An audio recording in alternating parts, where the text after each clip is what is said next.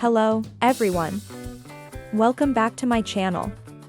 Today, I'm excited to bring you an amazing IELTS speaking test example that will not only help you practice but also take your English skills to the next level.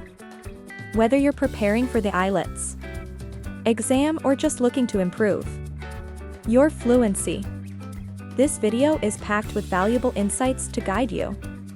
If you find this helpful, don't forget to hit the subscribe button, give it a like, and share it with your friends so we can grow and learn together. Let's dive in and get started. Good morning. My name is Daniel Lee. Can you tell me your full name, please? Good morning, Mr. Lee. My name is Emma Garcia. Thank you. Can I see your identification, please? Yes, of course. Here it is. Let's start with some questions about yourself. Where are you from? I'm from Madrid, the capital city of Spain. It's a big and lively city with beautiful parks, historic buildings, and excellent food. Do you live in a house or an apartment? I live in an apartment with my parents and younger brother. It's on the 5th floor and we have a small balcony where I like to relax and read. What do you usually do on weekends? On weekends, I like to meet up with friends. We often go to the park or try out new cafes in the city. Sometimes I stay home and spend time with my family or catch up on my hobbies like sketching. Do you prefer mornings or evenings?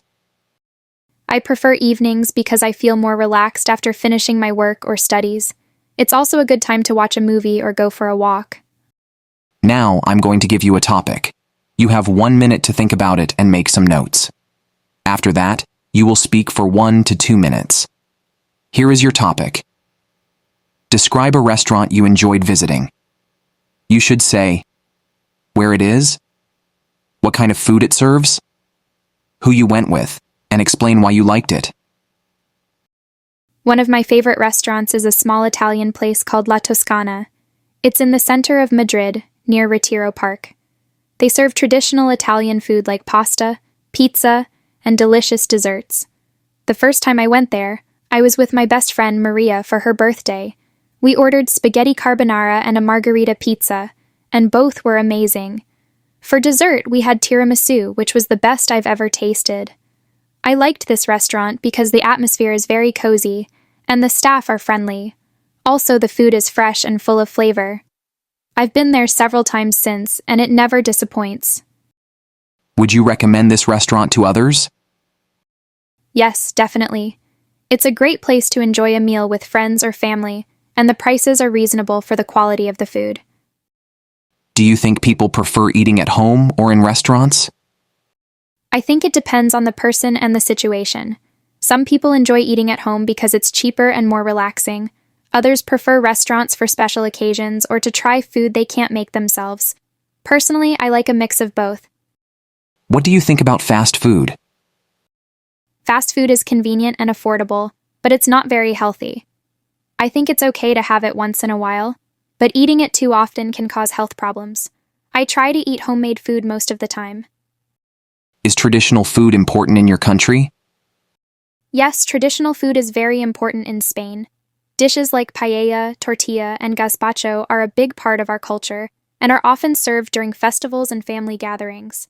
It's a way to connect with our history and traditions. How has globalization affected eating habits? Globalization has introduced people to new cuisines, which is great because we can try food from different cultures. However, it has also increased the popularity of fast food, which is not always good for health.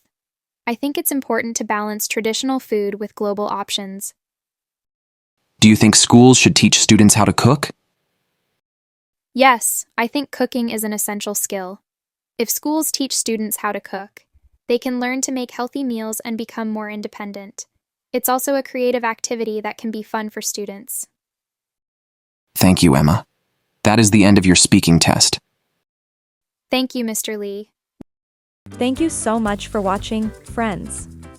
I hope this video gave you valuable tips and inspired you to keep improving your English. Remember, practice makes progress. So stay consistent and never give up on your learning journey. If you enjoyed this video, don't forget to like, share it with your friends, and subscribe to the channel for more amazing content. Let's grow together, one step at a time. Stay positive, stay motivated, and I'll see you in the next video. Keep shining and take care.